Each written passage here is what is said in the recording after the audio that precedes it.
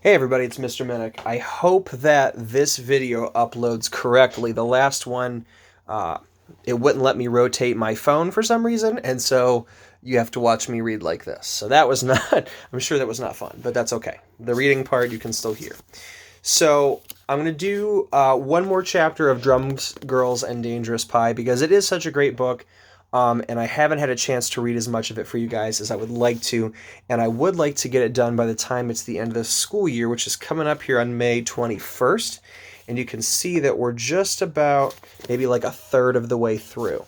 So I'm going to try to make some good progress on that the next couple days. And where we ended off in the last part of the chapter was that Stephen was at a middle school dance for 8th grade, and he was so embarrassed about just being there in general, and he's like, well, there's no way it could be worse. And then it got worse because his mom came in, stopped the whole show, stopped all the music, and said, I'm here to pick up my son, right? Imagine if your mom came in when you were doing some kind of school event and you were, didn't want to be embarrassed, and all of a sudden mom shows up and she's like, Mom's here, time to go home, right? So imagine how embarrassing that would be. This chapter is called Fever. If you've never been dragged out of a middle school dance by your mom while she's wearing sweatpants and carrying your pajama-clad little brother over her shoulder, then you haven't had the same kind of life that I've been leading this year. As she rushed me to the car at breakneck speed, my mom told me what was going on. We're going to the emergency room. Your brother has a fever. I looked at the top of Jeffrey's sleeping head, and even in the dim school hallway lights, I could see that his hair was all matted with sweat. Why is that an emergency? What does it mean? Where's Dad? Dad is still at his dinner. I don't know the name of the restaurant, and his cell phone must be turned off. Anytime your brother gets a fever from now on, it's an emergency. I don't know what this means. Get the doors, please. Okay. Mom, is this serious? I don't know, honey. I don't know. I wish I did know. She must have thought the situation was pretty urgent, though, because she usually won't leave the house in sweats, and I noticed she hadn't even taken the time to put shoes on Jeffrey. Also, she's the careful driver in our family, on most days. But our ride to the hospital was like the Indy 500. I didn't even have time to think of how in the world I was going to explain this away to my friends on Monday. I was mostly too busy trying to keep from passing out from the incredible G-forces every time we turned a corner. Somehow, Jeffrey didn't wake up, but he was definitely groaning in his sleep. I reached over and I crammed his blanket in between his head and the corner of the booster seat so he wouldn't get whipped around so much. My hand brushed against his forehead, and he was definitely raging hot there. The ER staff didn't mess around at all when we got there. As soon as my mom said the word leukemia, there were doctors, nurses, and technicians swarming all over the place. The doctor in charge was barking orders like a Marine drill sergeant, with questions in between for my mom. We'll need a CBC and a full differential. Do you know what his last counts were? When were those taken? Does he have a catheter? What kind? Take his shirt off. Okay, access the portacath. Make a note. We'll need to run to have some heparin soon. Get the bloods first. We have to have those numbers. As I started to take Jeffrey's clothes off, he woke up. I guess he wasn't surprised to find himself in a hospital. Both he and my mother had seemed to become used to this bizarre world. I couldn't even understand what the doctors and nurses were saying, but they were both clued into this secret language. He didn't say anything as they took his temperature orally, even though he always used to make a big show of choking when my parents did it at home. He responded to all the commands that came his way. Tilt your head, take 3 deep breaths, lean forward, please, with mute obedience. Until they laid him down and they went for his chest with a needle. Now, I knew that something had been done to Jeffrey's chest in Philadelphia. I had seen the 2 lines of stitches and the round bulge under the skin of his ribs. But during the whole period up until that point, the medical stuff had only sunk in to a point. I only accepted what I had to accept to make sense at any given moment. So I only really knew that he was taking steroids every day, for example, and when I saw him gagging down the syringes of bitter liquid in the kitchen every morning and night, that's what that was. And I guess now was my moment to believe in a portacath, which was an IV tube that had been surgically implanted under the skin a couple of inches below Jeffrey's right nipple. Jeffrey pulled away from the doctor when he saw the needle and asked in a little pathetic voice, "Can't we do the EMLA?" I didn't know it then, but the EMLA, or EMLA, is a cream that makes your skin numb. They had been using EMLA so Jeffrey wouldn't feel the hurt of the needle as it stabbed through the skin to get at the catheter in his chest. The doctor's voice softened then, and he almost whispered to Jeffrey, "I'm sorry, buddy. The omelet takes an hour to work and we can't wait. Then the doctor half turned to me and asked Jeffrey as well, "Would it help if your brother held your hand?" Jeffrey didn't respond at all, but he looked at me, and his eyes were brimming. I'm pretty squeamish about shots and blood and all that kind of stuff, but what was I going to do? I grabbed his hand and I let him sort of lean his head on my shoulder without sitting up from his pillow. I started the, "You're okay, Jeffy," chant, and a nurse scrubbed the circle of skin over the port with a yellowish-orangish stuff. Then she broke open one of those sterile packets that needles come in and took out a truly large one, which was bent in the middle at a 90-degree angle. Jeffrey started to whimper, and his tears began to soak the shoulder of my shirt, but he didn't even flinch as the huge needle jabbed straight into his chest. The nurse taped the needle in place, and I closed both my eyes. I heard someone say, "Flushing the port," and then I got a little woozy. Jeffrey kept squeezing my hand really hard for a few minutes until the blood specimens had all been taken and an IV line was hooked up to the port. I think we both fell asleep for a little while. When I opened my eyes, the doctor was talking with my mom. Neither of them noticed I was awake, so I just lay there and listened. Evidently, Jeffrey had what should have been a simple ear infection, but his white blood counts were low because of the chemotherapy drugs he was on, so his body couldn't fight off germs very well. The doctor was saying that Jeffrey would need to spend a few days in the hospital getting antibiotics through his IV line in addition to his regular chemo medicines. My mom didn't look pleased. "Can we do this here, or he'll be here until the morning.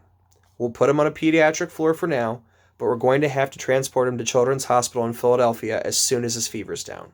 "Transport him?" "Yes, we can send him in an ambulance so we don't have to stop his IV, or we can cap the line and have you drive him. I'll consult with a specialist down there in the morning, and whatever they want to do." "Oh God, how expensive is an ambulance ride?" "I don't know, but we have to do whatever is best for your son medically right now." "I understand. We're having some financial trouble with all this. I've had to leave my job," and my mom started crying then. "I'm sorry, doctor. It's all been so sudden, you know. We have very good insurance, but this all adds up. The co-pays, the parking, the food, the gas, the tolls, and my husband isn't really taking it well yet." "I hear you, ma'am." He sort of patted my mom on the shoulder at this point. "I'll be back around in a few hours. We'll be moving you all up to a private room any minute now, and then maybe you can try to get some rest." "Yeah, sure." My mom looked tired enough to sleep for a week, but I knew she wasn't going to get any rest. I got out of Jeffrey's bed for the big move upstairs and fell back asleep in a chair by the window of the new room. My mom spent a few hours lying on a cot they had brought in, but I don't really think you could say she slept. Every hour or so, some medical person or other came in to take Jeffrey's temperature or attach a new bag to his IV or do something that would ruin our rest. At 2 a.m., my mom walked out of the room.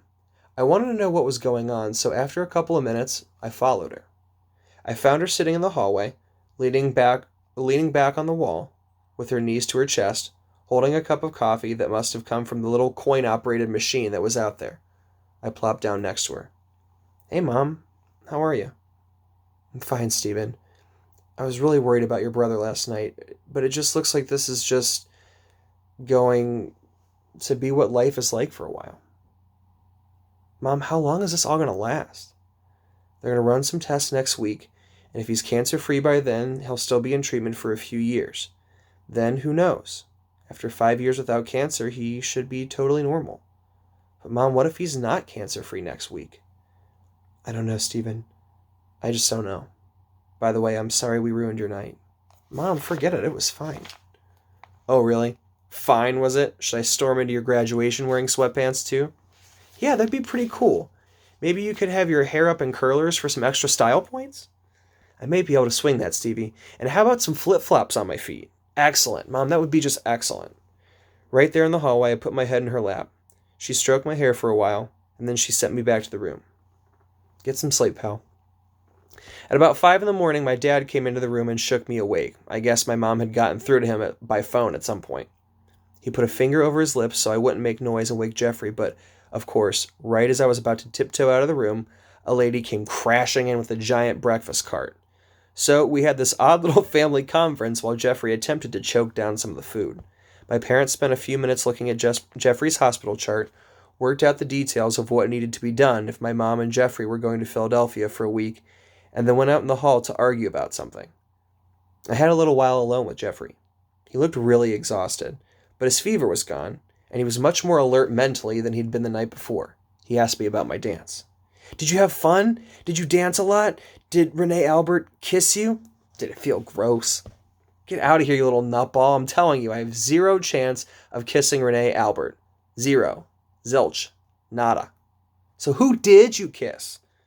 Nobody. I was just standing around with my friends when you came to get me. Did I ruin your night? Mom asked me that too, Jeffy. You didn't ruin my night. It was ruined from the start. You had a worse night than I did anyway. Oh, well, at least you didn't have to kiss anybody. Yes, Jeffy, that's a real big comfort to me. My parents came back in, and I started to get up and leave. Jeffrey asked me for a hug, and I gave him one. Take care, Jeffy. I'll see you soon, right? Just remember not to throw the food at the nurses. I don't want to get any complaint calls, okay? Steven, I don't throw... Oh, that was a joke, right? Yeah, buddy boy, it was a joke. But seriously, no kissing the nurses on the lips either. It messes up their makeup. Ew. It was about 7 a.m. when my dad and I got home. I somehow made it to my bed and collapsed into a near coma that lasted until I got too hungry to sleep through lunchtime. It was probably noon or so when I made it to the kitchen. My dad was sitting there looking stubbly and worn down, eating a bagel without much of an expression on his face. He gave me a tiny nod that was almost businesslike. Totally neutral, like he wasn't really seeing me. I got cereal and milk. It was so quiet between us that I was getting grossed out by the distinct sounds of our food chewing processes. As soon as I finished, I went downstairs to play the drums, and play the drums, and play the drums. I played through all of the basic rudiments, and then did all of my lesson pages for the week. Then I put in 5 CDs in the changer behind my drums, put on my headphones, pressed shuffle, and just played along with at least 10 really loud songs, metal songs, mind you, in a row without stopping. I looked up in the middle of a Led Zeppelin drum solo, and my dad was sitting on the beat-up old couch about 8 feet in front of my bass drum. Because he startled me pretty badly, and because I figured he was probably about 43% deaf if he'd been sitting there for a while, I jumped up and whipped off the headphones. Hi, Dad. I just got a call from your mother. They're taking Jeffrey to Philadelphia in about 2 hours. She wants us to get stuff together for him. Do you know what toys and clothes he likes? Can you help me? My dad looked ashamed, like he'd asked me to steal a bottle of Jack Daniels or something. Sure, Dad. Hey, you've been down here playing for a while now. Are you all right? I couldn't believe my father was just now noticing me, that I might be upset about my brother's situation. I'm fine, Dad. Oh, your mother thought you seemed upset at the emergency room and when they put the tubes in. Dad, they didn't just put the tubes in, they stabbed him in the chest. They stabbed him. I was stunned by what happened next, although I have to admit it was becoming a pretty common occurrence. I started to cry. Once I started, I couldn't stop. My dad wasn't necessarily going to win the Teddy Bear Society's Father of the Year award, but for the first time in weeks, he reacted. He put his arm around my shoulders and sort of squeezed me in. We must have stayed like that for a good 20 minutes, until I couldn't postpone blowing my nose anymore. I picked my head up off my dad, walked over to the other end of the sofa, got a tissue, and blew my nose. Then I sat right back down next to him. We stared at each other without having any concept of what to do or say next. My dad finally broke the silence with an old family punchline. So, how about those Knicks? We chuckled awkwardly, but at least it was a chuckle. Then we went upstairs and packed up Jeffrey's stuff. On the drive over to the hospital, I had an odd realization. This was the first time in weeks that I had laughed with each member of my family within a 24-hour period. At the hospital, Jeffrey was looking fairly worried. My mom was out in the hall, arguing with the doctors and Philly on her cell phone.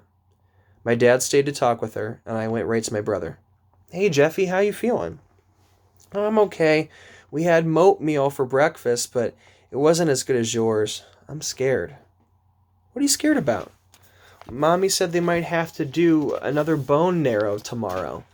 It was supposed to be next time, but now it's tomorrow, and the bone narrow hurts. And I might be still very sick if they give it to me early. They said they would do it in a month and all the bad blasts should be gone. But what if they aren't done yet? Then they have to give me more throw-up medicine. It's no fair. Jeffy, I'm sure the doctors know what they're doing. They wouldn't do the bone marrow test unless they thought it would be okay. But it might not be okay. It might be really, really not. Well, buddy, you're in luck. Check out what I brought you. And with a flourish, I pulled out his favorite rescue hero's action figure out of the bag. Look, it's Matt Medic. He's here to protect you. Matt Medic, I'm scared. Don't be frightened, young man. He always loved it when I pretended to be one of his toys. And Matt Medic was perfect for the occasion. He carries a huge plastic paramedic pack and a giant gun-like thing that we always pretended was some kind of vaccine syringe. But what if I'm still very sick? Well, son, just concentrate on my Matt Medic shot shooter. It's full of magic anti-blast gas, guaranteed to save your bone marrow. Here we go. And I use Matt Medic to give Jeffrey a shot. That ought to do it. Just remember, you never have to worry when Matt Medic's on the job. And one other thing, don't kiss the nurses. It gets them into trouble. My parents came into the room then, and we had the whole obligatory hugs and farewell scene. It was fairly touching, all things considered. We said we'd be back together soon, and everything would be fine, and at that moment, everyone in the family was united towards the common goal of getting Jeffrey well. The last thing I said to Jeffrey was, I'll see you in no time, pal. Just remember to listen to Matt Medic, and there'll be no trouble. Just as things would turn out, though, there'd be a lot more of both time and trouble before we were all in one room together again. And that's the end of the chapter, and the next one is called Trouble. So, definitely some trouble on the way there. Peace out, guys. Hopefully I'll be reading more to you guys either tomorrow or the next day. And as always, please keep up the messages and texts and calls and things from parents if you have any trouble or any questions. Because I've been seeing some really, really nice work from you guys. And a lot of people reaching out to me, which is awesome. So peace out, guys.